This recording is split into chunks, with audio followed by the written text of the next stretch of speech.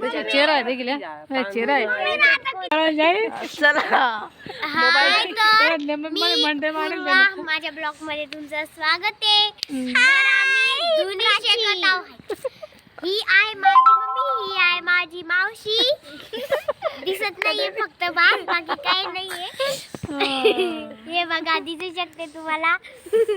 आणि ही आहे परी, ही आहे प्राची. आणि या तुम्ही सगळे जण पण इथं एन्जॉय करायला.